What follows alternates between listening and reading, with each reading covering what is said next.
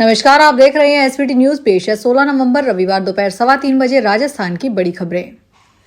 PM Modi ने सूरत airport पर शनिवार को बिहार के लोगों को संबोधित किया। इस दौरान उन्होंने कहा कि बिहार ने हाल के विधानसभा चुनाव में जाति की राजनीति को ठुकरा दिया। उन्होंने कहा जिन लोगों को हार मिली है उन्हें इस सदमे से बाहर निकलने में महीनों लगेंगे। उन्होंने कहा कि बिहार का टैलेंट दुनिया में हर जगह है, यहाँ के लोग दुनिया की राजनीति को समझते हैं। बिहार ने सांप्रदायिकता के जहर को ठुकरा दिया। एनडीए ने बिहार में 243 सीटों में से 202 जीती है।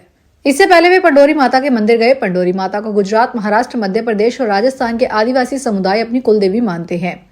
पीएम ने डेडियापाड़ा में 4 किलोमीटर लंबा रोड शो भी किया। इस दौरान आदिवासी समुदाय के हजारों लोग सड़क किनारे नजर आए। इसके बाद उन्होंने 9700 करोड़ के कई प्रोजेक्ट का शिलान्यास और उद्घाटन किया। आंध्र प्रदेश से राजस्थान आ रहे बिजनेसमैन की पत्नी और बेटी चलती ट्रेन से गिर गई। रात को पति उठा तो दोनों नजर नहीं आई। ट्रेन में तलाश करने पर जानकारी नहीं मिली तो पति ने सोचा मां बेटी किसी स्टेशन पर नीचे उतरी और उनकी ट्रेन छूट गई। रायचूर स्टेशन पर बिजनेसमैन अपने 9 साल के बेटे को लेकर उतरा और जीआरपी थाने में गुमशुदगी दर्ज करवाई।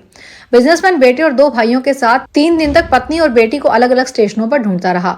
इन लोगों ने कई किलोमीटर तक पटरियों पर पैदल चलकर भी दोनों को ढूंढा। 13 अक्टूबर की शाम को कर्नाटक के रायचूर जिले से करीब 90 किलोमीटर दूर यादगिरी और नालवर स्टेशन के बीच पटरियों के पास मां बेटी के शव मिले।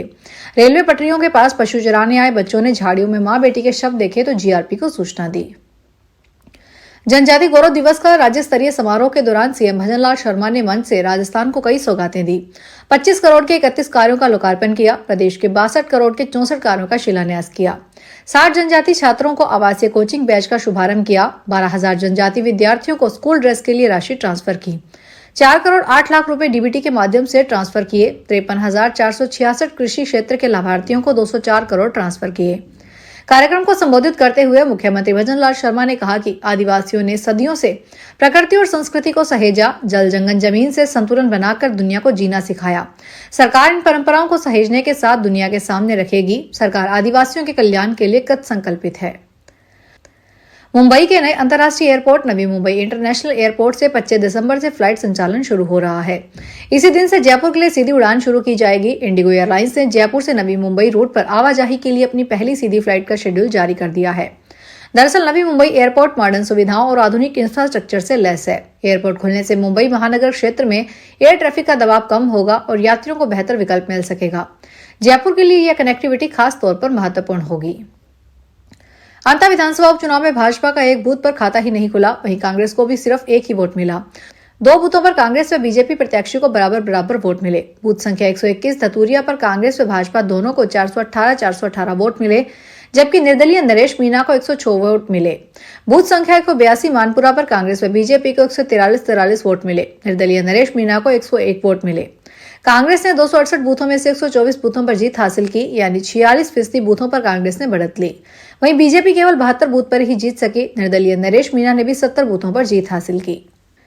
राजसमंद में एसीबी की कार्रवाई में पकड़े गए भू अभिलेख निरीक्षक कमलेश खटीक से पूछताछ में कई चौंकाने वाले खुलासे हुए हैं। जांच में सामने आया कि कमलेश खटीक के पास पुठोल गांव के पास एक पेट्रोल पंप है। इसके अलावा एक पेट्रोल पंप पड़ालसी गांव के पास अंडर कंस्ट्रक्शन है। उनकी पत्नी के नाम बड़ारडा गांव के पास एक क्रैशर प्लांट होने की जानकारी भी सामने आई है। एक्सिस बैंक में एक लॉकर होने का भी पता चला है, जिसे सोमवार को खोला जाएगा।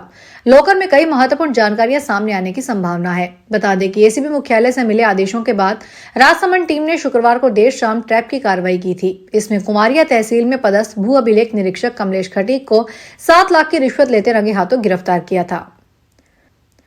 उदयपुर के प्रतापनगर थाना क्षेत्र में 3 दिन पहले चोरी की नीयत से घर में घुसे और बुजुर्ग के चिल्लाने के बाद भागने वाले घटनाक्रम का पुलिस ने खुलासा कर दिया। पुलिस ने इस मामले में 2 युवतियों समेत 3 आरोपियों को गिरफ्तार किया है। घर में चोरी की पूरी प्लानिंग किसी और ने नहीं बल्कि नौकरानी ने की। उसी ने सबसे पहले अपने भाई और अपनी गर्लफ्रेंड के साथ यह प्लान बनाया। भाई के 2 दोस्त भी साथ थे। आरोपियों तक पहुंचने के लिए पुलिस ने 200 से ज्यादा सीसीटीवी फुटेज खंगाले। पुलिस की पकड़ में आई नौकरानी पिछले 5 सालों से पीड़ित के घर पे काम कर रही थी। घटनाक्रम के दिन सीसीटीवी फुटेज भी सामने आए थे। प्रतापनगर थाना अधिकारी राजेंद्र सिंह ने बताया, 12 नवंबर को मादड़ी निवासी मितेश गुलच्छा ने घर में घुसकर 2 नकाबपोश युवकों ने उनकी मां को गला दबाकर मारने की कोशिश की। इसी दौरान चिल्लाने पर आरोपी भाग निकले। कोटा के कसार में स्थानीय समस्याओं को लेकर शनिवार सुबह 10 बजे गांव की महिलाओं ने ग्राम पंचायत पर ताला जड़ दिया। इस दौरान ग्राम विकास अधिकारी और 2 एलडीसी पंचायत के अंदर ही फंसे रहे। सूचना के बाद मौके पर पहुंची पुलिस ने 2 घंटे बाद ग्राम पंचायत का ताला खुलवाया। सड़कों पर भरे पानी की निकासी की मांग को लेकर शनिवार को आक्रोशित महिलाएं ग्राम पंचायत पहुंच गई। इस दौरान महिलाओं ने प्रशासन के खिलाफ नारेबाजी करते हुए पंचायत भवन को ताला लगा दिया। महिलाएं मौके पर उच्च अधिकारी को बुलाने को लेकर अड़ गई। माइंस विभाग की जयपुर टीम ने दूधवा क्षेत्र में अवैध खनन के मामले में बड़ी कार्रवाई करते हुए करीब 11 करोड़ रुपए मूल्य का 55,300 टन आयरन आर अवैध रूप से खनन और निर्गमन किए जाने का खुलासा किया है। अधीक्षण खनिज अभियंता जयपुर एनएस शक्तावत ने बताया कि विभाग को क्षेत्र में लगातार अवैध गतिविधियों की शिकायतें मिल रही थी, जिसके बाद ड्रोन सर्वे करवाने का निर्णय लिया गया। सर्वे में पाया गया कि लीज धारक ने पट्टा क्षेत्र में अब तक 1,83,100 टन आयरन आर का खनन किया है, जबकि रवन्ना का दुरुपयोग कर 2,38,400 टन आयरन आर का निर्गमन किया गया है। उदयपुर के बलीचा, सवीना और पटेल सर्कल के जंक्शन वाले अति व्यस्तम पारस तिराहे की सूरत शीघ्र बदलने वाली है। उदयपुर विकास प्राधिकरण की ओर से जहां 42 करोड़ 30 लाख की लागत से बन रहे 550 मीटर लंबे फ्लाईओवर और 210 मीटर अंडरपास का अधिकांश काम पूरा हो चुका है। साल 2026 में इसका संपूर्ण काम पूरा होगा। काम पूरा होते ही आने वाले वर्षों में इस पूरे क्षेत्र की ट्रैफिक व्यवस्था नया आकार लेगी। वहीं रोज आने जाने वालों के 1 लाख लोगों को बड़ी राहत मिलेगी। दिल्ली स्थित भारत मंडपम में 44वें इंडिया इंटरनेशनल ट्रेड फेयर में 14 से 27 नवंबर 2025 तक आयोजित होने जा रहा है।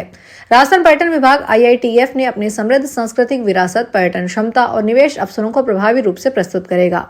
इस मंच पर राजस्थान इस बार स्टेट पार्टनर के रूप में शिरकत करेगा और अपने अनूठे पर्यटन मॉडल, विरासत, संस्कृति, प्रकृति और नवाचार को एक ही छत के नीचे पेश करेगा, ताकि देश विदेश के निवेशकों, उद्योग जगत और पर्यटकों को राज्य की वास्तविक संभावनाओं से रूबरू कराया जा सके। उदयपुर की बड़गांव थाना पुलिस ने साइबर ठगी करने वाले बैंक खाते खरीदने बेचने के 7 आरोपियों को गिरफ्तार किया है। आरोपी ऑनलाइन गेमिंग के माध्यम से ठगी करने में माहिर है। आरोपियों में एक पूर्व NSUI में शहर का अध्यक्ष भी रह चुका है। थानाधिकारी पूरन सिंह राजपुरोहित ने बताया कि बड़ी गांव में मोया चौराहे के पास स्थित अडेन कॉर्डिया नामक विला में कुछ युवकों के रुकने की सूचना मिली। इस पर पुलिस ने दबिश देकर गौरव भंडारी, रोहित शर्मा, भाग्यदीप सिंह, ब्रजराज सिंह, पार्थ ओझा और मयूर पटेल, मोहित सिंह को गिरफ्तार किया। ये लोग साइबर ठगी और ऑनलाइन गेमिंग से धोखाधड़ी करते हुए मिले। फिलहाल खास खबरों में इतना ही। ताजा खबरों की जानकारी के लिए देखते रहिए SBT न्यूज। धन्यवाद। अगर आप भी अपने आसपास की छोटी बड़ी और महत्वपूर्ण खबरों से अपडेट रहना चाहते हैं तो सब्सक्राइब कीजिए हमारे चैनल SBT न्यूज को और प्रेस कीजिए बेल आइकन पर।